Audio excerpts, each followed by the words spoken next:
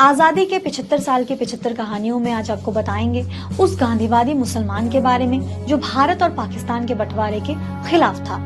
क्या आपको पता है कि कश्मीर के उस पार एक व्यक्ति था जो भारत और पाकिस्तान के बंटवारे के खिलाफ था? जी हाँ, आपने बिल्कुल सही सुना। ब्रिटिश भारत के पंजाब प्रांत के पेशावर में एक सुन्नी मुसलमान परिवार में एक गांधीवादी का जन्म हुआ था। उस गांधीवादी को आप फ्रंटियर गांधी, सीमांत गांधी, बादशाह खान या अब्दुल गफ्फार खान के नाम से बुला सकते हैं। उनका राजनीतिक सफर 1919 में पेशावर में शुरू हुआ, जब पेशावर में मार्शल लॉ लागू किया गया। उनके शांति प्रस्ताव पेश करने के बाद भी उन्हें गिरफ्तार कर लिया गया। उन्होंने खुदाई खिदमतगार नाम का एक सामाजिक संगठन बनाया। खान साहब कहा करते थे कि हर खुदाई खिदमतगार की कसम होती है कि हम खुदा के बंदे हैं, दौलत या मौत की हमें फिक्र नहीं है। अब्दुल गफ्फार खान गांधीवादी थे। वे अहिंसात्मक राजनीतिक विचारों में विश्वास रखते थे। उनकी गांधी से पहली मुलाकात 1928 में हुई थी, जिसके बाद खान भारतीय राष्ट्रीय कांग्रेस पार्टी से जुड़ गए। जल्द ही वे गांधी जी के बहुत ही नजदीकी सहयोगी और मित्र हो गए।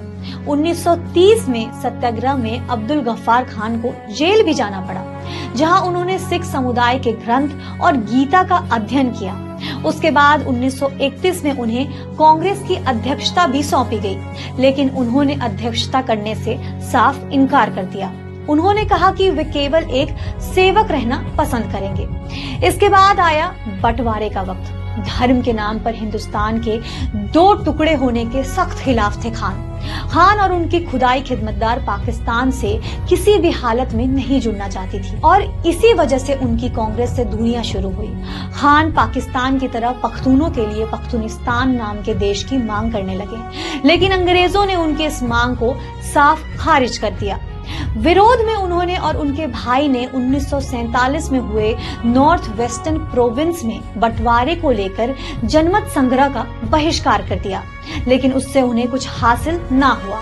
1947 में आजादी के साथ साथ दोनों देश अलग हो गए और ना चाहते हुए भी खान को पाकिस्तान में रहना पड़ा। हालांकि पाकिस्तान में वे पख्तून अल्पसंख्यकों के अधिकारों के लिए आजीवन लड़ते रहे।